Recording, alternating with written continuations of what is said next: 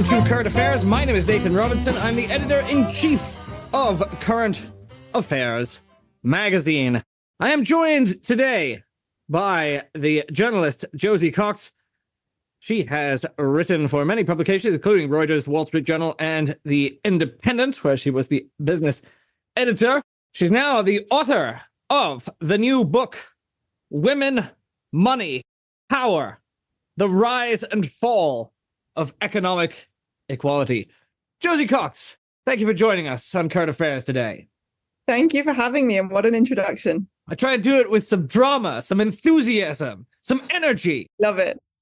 I will try and mirror you accordingly. But you've got it. Your book has a powerful title that it's fun to say. Women, Money, Power.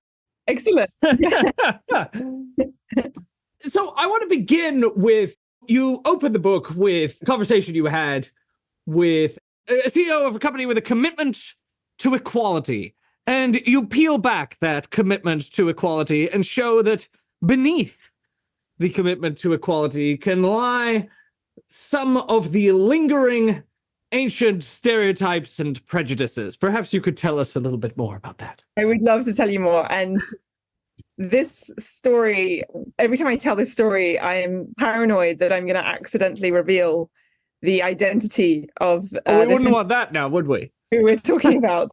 But true to the code of conduct of journalism, we agreed that it was an off-the-record conversation. So unfortunately, one might say, the identity of this person will never be revealed. That being said, I'd be delighted to tell you more about what happened during that conversation. So this was sort of a good year into the global pandemic, into the COVID-19 pandemic. The backdrop was that, what we'd seen in the labor market as a result of the pandemic was a sort of hardening and defaulting towards gender norms, stereotypical gender norms, which meant that when childcare facilities around the world closed, when schools shut up, when everything went into lockdown, what we were seeing more often than not was women essentially being primary caregivers, often taking a step back from the paid labor market to make sure that they were essentially keeping the home running and looking after kids. And we talked a lot at that time about how the COVID-19 pandemic was a sort of women's recession and that it was having all these detrimental impacts on gender equality in the workforce. And so when I had the opportunity to speak to the CEO, the first question that I asked this gentleman was, how he characterized the gender pay gap within his organization. In his view, was the reason why the gender pay gap was still so prevalent and so persistent within his organization. Now, the organization that he leads is based in the US, but it also has large UK operations. And since 2017, all organizations in the UK that employ at least 250 people have been mandated, compelled by law to publish their gender pay gap by quartile. And so I looked up the UK gender pay gap report that this particular organization had published most recently, and I assumed correctly that it was a decent proxy of what the gender pay gap across the rest of the organization looked like. And so I pointed towards these figures when I was talking to the CEO, and I said, why has your gender pay gap essentially not moved over the last few years? And he said to me, he said two things. The first was, it's important to understand that he never pays women and men differently for doing the same job, which, as we all know, under the 1964 Civil Rights Act would quite frankly be illegal. But what really floored me was that when I dug a little bit deeper, he said that it was really important that I understood that sometimes when a woman decides to start a family and temporarily takes a step out of the paid labor market to take a maternity leave, when she returns, sometimes she's just not as professionally ambitious as a man in her position. And so that, planted the seed for me, because I was quite frankly floored by the fact that he thought that that was the most appropriate explanation to provide for the gender pay gap, that he was comfortable being reductive and simplistic and drawing that conclusion.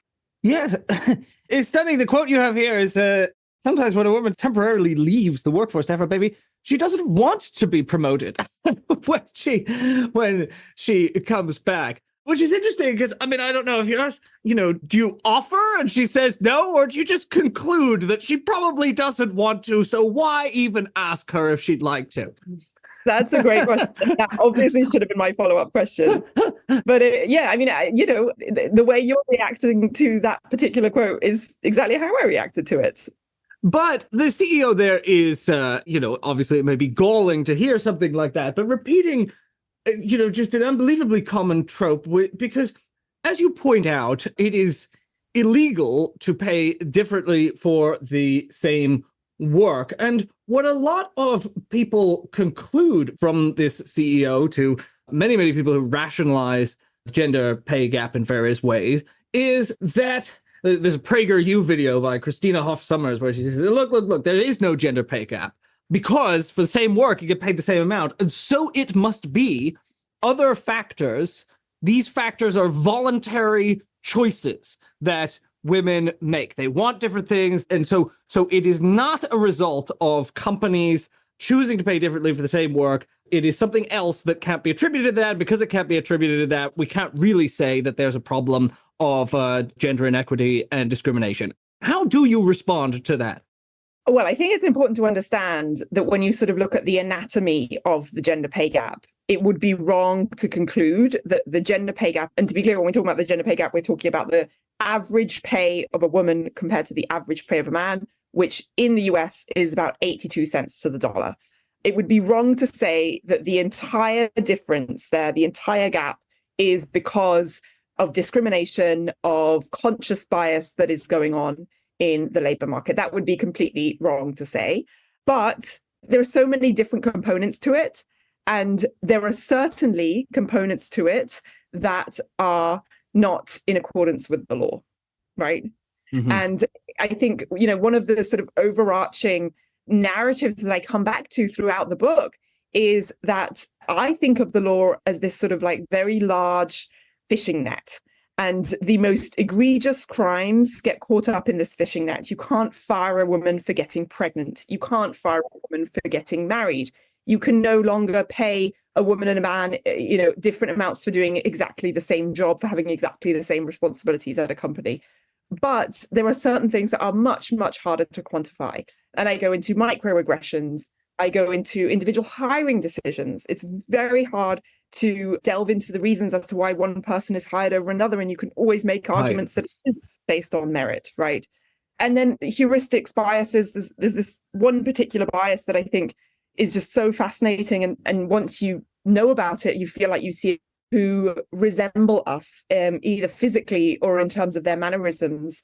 And that is how we end up with pretty much every single CEO of every single Wall Street bank, bar one, being a white man. Yeah, it's so funny, the argument, well, we pay the same for the same work is treated as a serious response to gender pay gap, because you go, well, yes, but you have men in all the high-paying jobs and women in all the low-paying jobs. You pay the same for the same work, but who's doing which work? Right. And I think, that is actually a sort of core argument as to why the gender pay gap in itself is it's far too crude a measure to actually understand what we're talking about here, which is just more sweeping inequality across the opportunities and the economic potential that women and men still have in the labor market.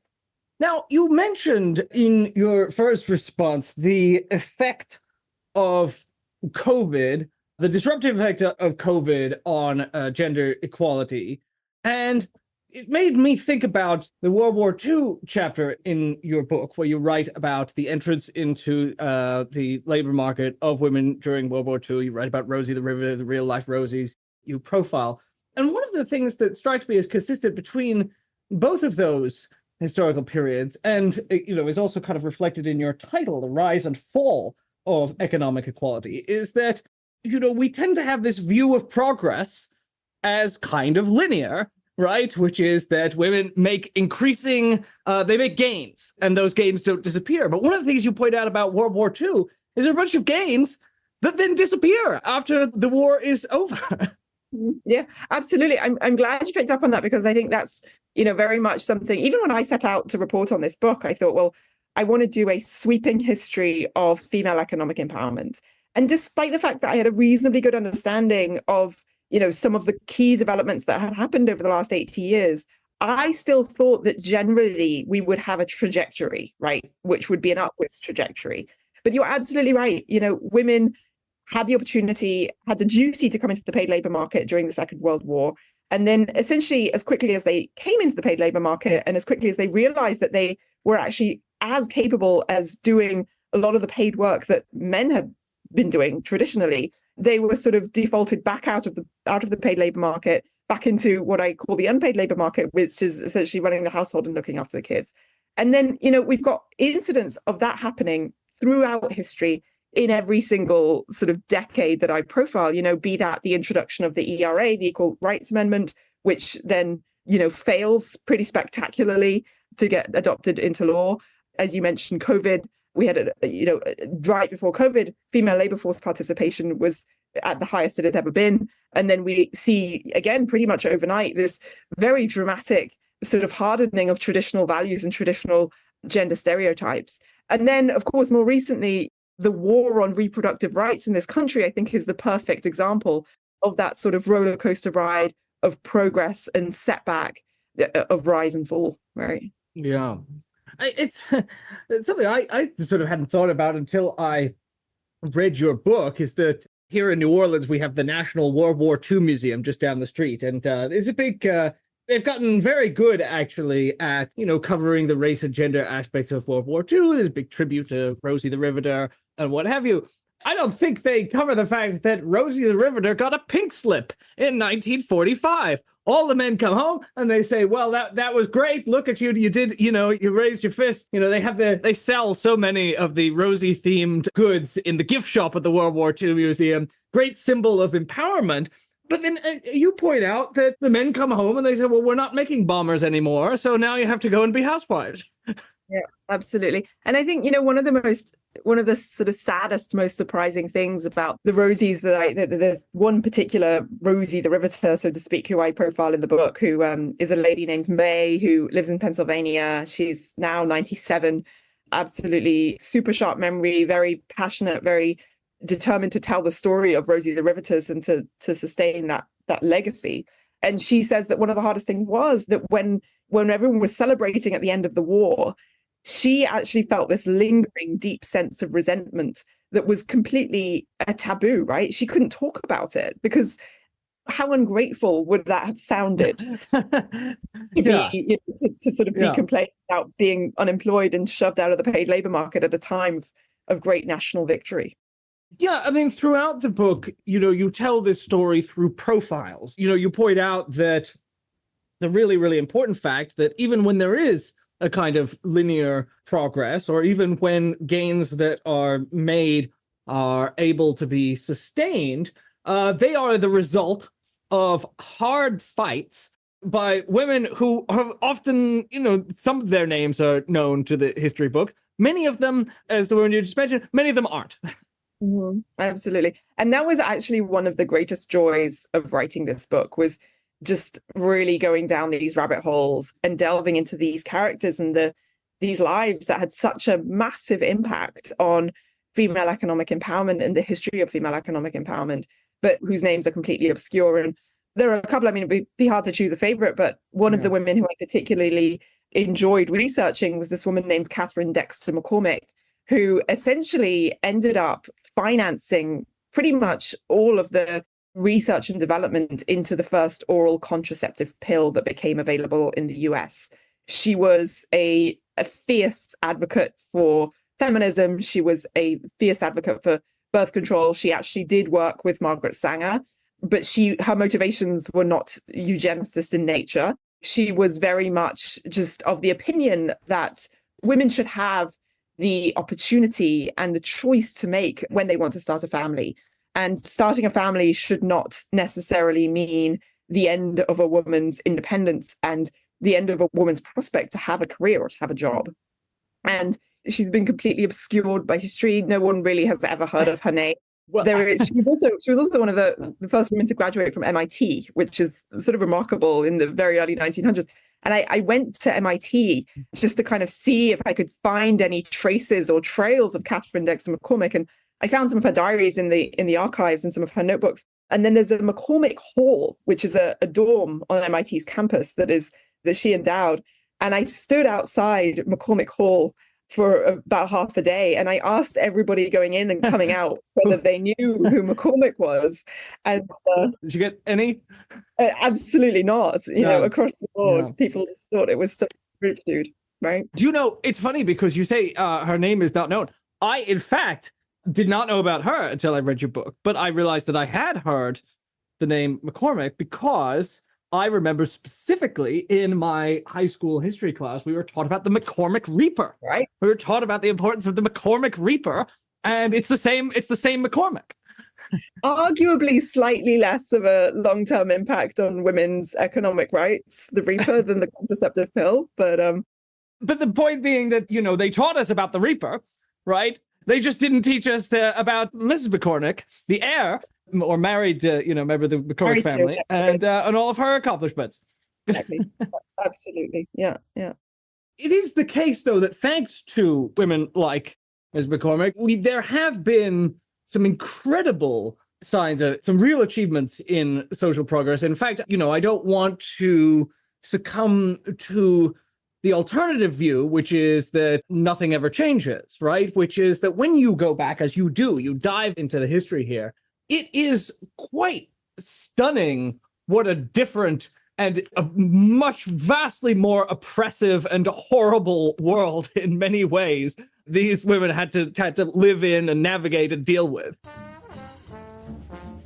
You're listening to the Current Affairs podcast from Current Affairs magazine in New Orleans, Louisiana.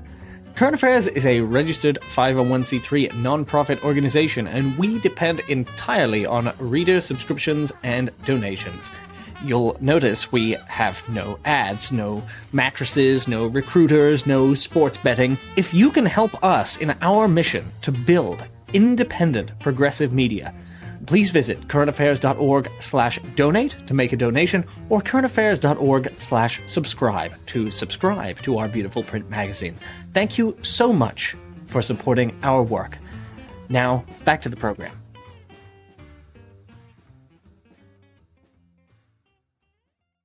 Oh, yeah, no, absolutely. And I think that is something that we really have to bear in mind and remember the context.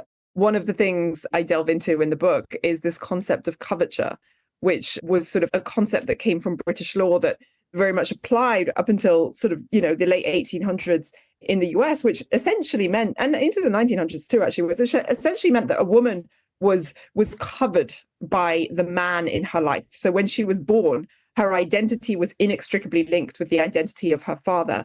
And as soon as she got married off, that just she was sort of passed on to her husband, symbolically, that of course being giving the husband her hand in marriage. And so, it really wasn't that long ago that a woman had absolutely no rights and no ownership over anything, not even her own body. And we've certainly come a long way since then. That being said, I think the flip side of that is that, especially in the last kind of 5 years in this country, we are seeing remnants of the past in quite obvious ways and in quite scary ways. So yes, we've come a really, really long way in the past 100 years. But at the same time, it's this like narrative of the rise and fall. Well, and it's shocking to realize how recent things like spousal rape were legal in some states, or denying women a credit card, or, as you discussed, firing a woman for getting pregnant. The progress that there has often been, within the lifetimes of people who are still alive today. Yeah, absolutely. I think, as you say, the Equal Credit Opportunity Act, that was only in 1974. Up until that point, a bank still had the legal right to refuse a woman credit based on her sex alone. 78 was the year when women could officially no longer be fired for getting pregnant. So before 1978, as soon as a woman got pregnant, it was perfectly reasonable for a company just to fire her. And then the Women's Business Ownership Act only passed in 1988, which was so incredibly recently. There are stories of women who had to find a male co-signer in order to get credit, and stories of women who were widowed, for example, and whose sons, can you imagine that? Whose sons had to be their co-signers, teenage sons had to be their co-signers, because their teenage sons were deemed more responsible and more financially reliable than the women themselves. Yeah. the recency of certain kinds of progress, and as well, what we were talking about with the World War II situation. I mean, I really do think one of the things I didn't expect to get out of your book is the sort of the acute consciousness of the possibility of backsliding, of undoing what has been accomplished. The things that are done to advance equality are fragile. They can go away. They can't be taken for granted. Yeah, no, absolutely. And the obvious example of that is the Dobbs decision from Right. 2022. Since 1973, Roe v. Wade had enshrined the constitutional right to an abortion, and it's gone. And I start to delve into the sort of likely longer term impacts of that decision. Of course, it's too early to say, exactly what the full impact will be economically on women and men on this country. But it's absolutely fair to say that, it is a disastrous thing for female economic empowerment. It is a disastrous thing for certain women from demographic groups, minorities, Black, younger women. It's a travesty. Yeah. And, as you've shown so compellingly in the book, the fight for economic equality is so closely linked to the fight for reproductive rights. I mean, and control over one's reproduction is a precondition to achieving the kind of economic life that somebody wants to have. Yeah, and I think that was actually one of the big surprises that I had when I was doing all the reporting, because I knew that having access to birth control and to reproductive health care was going to be a major factor in economic independence and economic empowerment. But I don't think I quite appreciated how radical it was. Yeah. And that's, I think, also another reason why I enjoyed reporting the Catherine Dexter McCormick chapter so much. The pill was approved in 1960, and it had actually been approved a little while before that to regulate menstrual cycles of women. So women could take it, but they couldn't take it explicitly for the goal of contraception. And in that time period between the pill being approved for regulating menstrual cycles and for contraceptive purposes, suddenly every woman in the US had problems with regulating their menstrual cycle, right? So it was like the worst kept secret in the world, that everyone suddenly wanted to take this pill because contraception was just such a desirable thing at that time.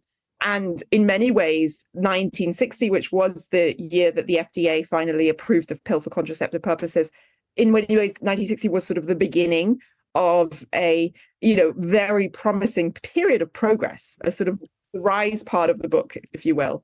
So, yeah, just fascinating. Maybe you could talk about what happened after that period, because it is true that when you look back at, the women's liberation period from Betty Friedan to, the early 70s, it is this remarkable, raising of consciousness, the militant demand for equal rights. And then there again, you have a backsliding, and the ERA, as you point out, fails. And you discuss the kind of fascinating figure of Phyllis Schlafly, in some ways a model of women's empowerment, who uses her empowerment to advocate the disempowerment of others.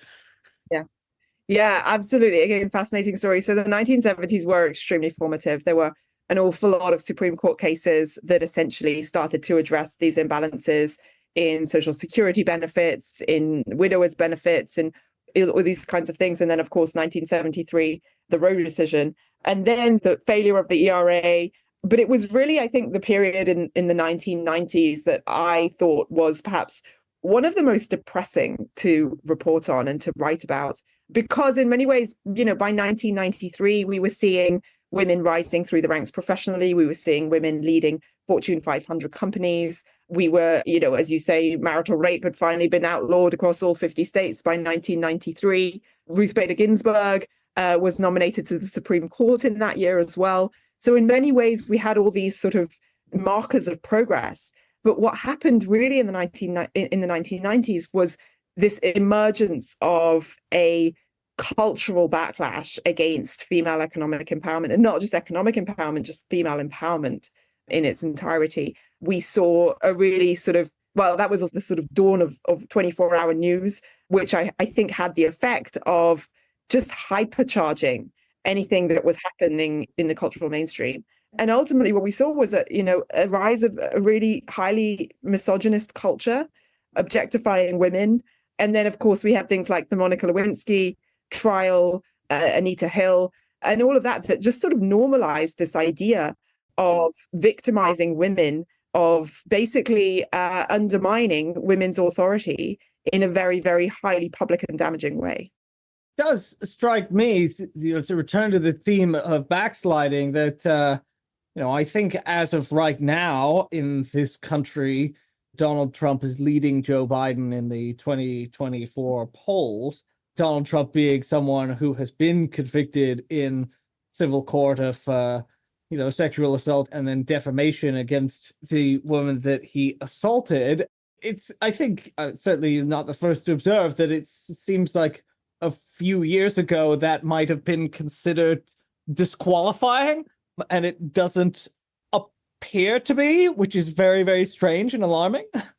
Well, maybe more than a few years ago, because, it was the last Sure. election cycle when we didn't collectively seem to deem it a problem that a president had openly and publicly bragged about sexually assaulting women. But I continue to be absolutely shocked and outraged by the fact that a man who has been credibly, as you say, all kinds of charges against him, all kinds of accusations against him, who's been credibly accused of sexual assault, who sort of, almost carries misogyny as a badge of honor. Yeah. And yet that person is deemed the most responsible and appropriate to lead this country. Is just deeply, deeply terrifying.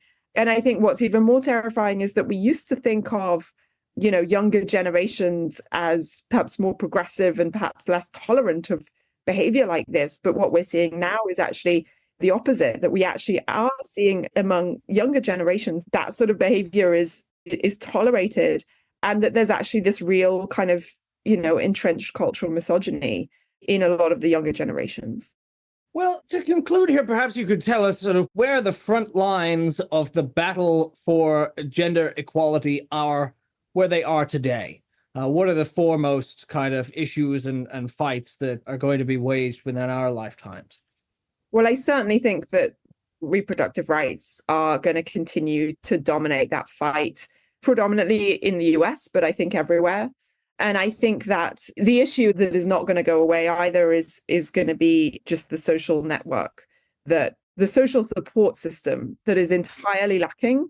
One of the things that I keep coming back to in the book is that if the US had affordable, dependable childcare, I would not have written this book, quite frankly. Yeah. And it's part of the puzzle that so many other countries have figured out. And yet somehow the importance of having dependable, affordable childcare is just not really in the cultural DNA of America. And the implication of that is that the job of childcare and of being the fabric that keeps a family functioning and that keeps a society, functioning is the woman's job. Mm-hmm. And I think until we address that and acknowledge that and fix that, progress is going to be elusive. And it's one of those problems that we came close to solving and then unsolved during the pandemic, where we actually, gave people some aid for childcare and then took it away.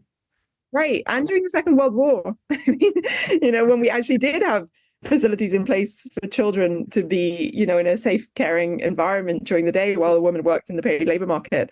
And my goodness, that was 90 years ago. So 80. Because I think another important reminder is that it doesn't have to be this way. These are choices that are made. These are policy choices. They can be changed. It's within our power to change them. These are not, in fact, natural, immutable hierarchies that are the product of some unchangeable human nature. Exactly, yeah. But I think culturally, we just have still some way to go. And I think one of the arguments that I make in the book is the reason that we don't have dependable childcare is that there still is somehow this underlying fundamental belief that if we provide reliable childcare to all, that it will somehow chip away at these traditional values of the good American family. And it's ludicrous, quite frankly. Well, to find out more about how far we've come and how far we have yet to go, and to read fascinating profiles of the women, both known and unknown, who made it happen, including your great profile of Holly Murray, who we didn't get to discuss today, but it's a really important part of the book, telling her sort of incredible story, but she's not the only one. You also talk about Betty Friedan and Alice Paul and all of these incredible, inspiring figures. And then, of course, as I say, Phyllis Schlafly, perhaps a less inspiring figure, but nonetheless fascinating. People should pick up the new book, Women, Money, Power, The Rise and Fall of Economic Equality, available from Abrams Press. Josie Cox, thank you so much for joining us on Current Affairs today. Thank you so much for having me.